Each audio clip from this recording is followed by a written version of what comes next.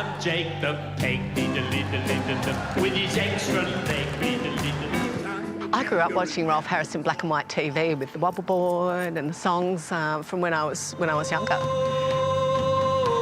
These Rolfers really talk with funny accents, don't they? So when I was booked for the job with him in Channel 7, I was very excited. He was the biggest star to have walked through Channel 7 studios back then in a very long time. So he was given the red carpet treatment. We were all really excited to work with Rolf.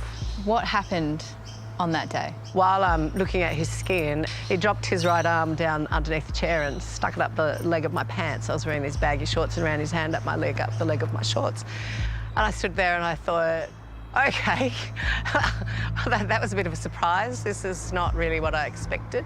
This guy's a children's entertainer. This is odd. This is not right. And then when we went into the studio, he just continued. But he continued in the studio with the crew around me, all the men around me. They were discussing me whilst I was standing there, powdering him up, getting him ready in the studio like I was a piece of meat. What they'd like to do to me, what my legs looked like, what my body looked like, you know. When that was happening to you, what was your reaction? Back then, as a woman, you couldn't turn around and go, oh, F off, you know. Women didn't have those sort of rights. So you don't say anything, you just grin and, OK, you just smile, and women are very good at doing that sort of stuff. But how did it make you feel? When I was being discussed, I felt like they both had fantasies about the casting couch. I mean, he was old enough to be my grandfather. I think I was like 23, 24, younger than you are now, you know. During the shoot, every time I went up to powder his nose, he would touch me. He kept trying to push his hand further and further up my shorts because he couldn't feel my knickers. Back in the 80s, we'd wear these big belts, and then he'd grab my belt and try and crotch grind me, whilst I'm actually, you know, I got powder in one hand and, you know, and no one's saying anything, and I'm just like, don't do that, please. Don't do that. Don't. I'd just grab his hand and go, don't shove your hand in my shorts, mate. But that's what he did. He just kept touching me. Suzi refused to go back into the makeup room with Harris and hid in a cupboard. And then the powers of the be and all came down to escort him out. And then when they had done that, I came out of the cupboard and I went and got my kit and I went to the makeup, the person who was in charge of the makeup department, and I said, I've just spent all day being groped by a dirty old man. And she said to me, oh, I thought you knew. And I said, knew what? And she said, he's called the Octopus. He does that to all makeup artists. It was well known. Yes. It would have been nice to have been warned, but I wasn't. I was told after the fact. There was no one to complain to. It was, oh, suck it up, sweetheart. You know, there's someone behind you that'll take your job. So what changed for you? What gave you the confidence, gave you the self-assurance to speak up and speak out? Because it's not good enough.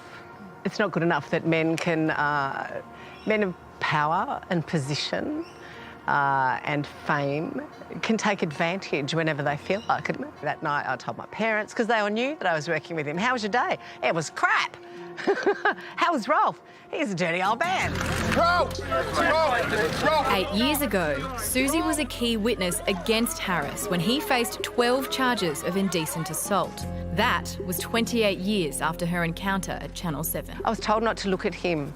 It was a packed courtroom, wall-to-wall people. So I didn't. I did what I was told.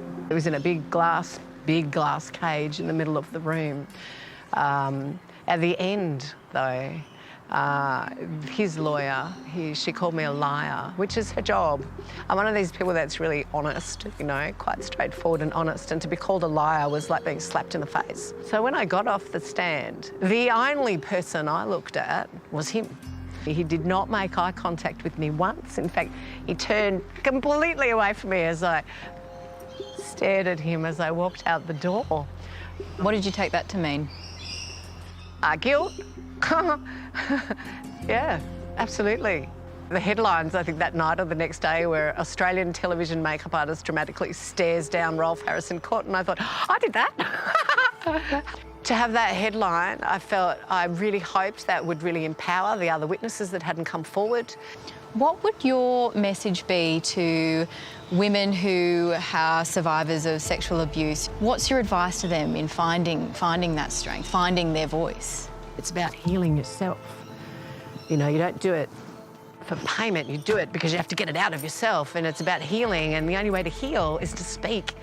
We started this chat talking about 24-year-old Suzi Dent. How would you describe 60-year-old Suzi Dent?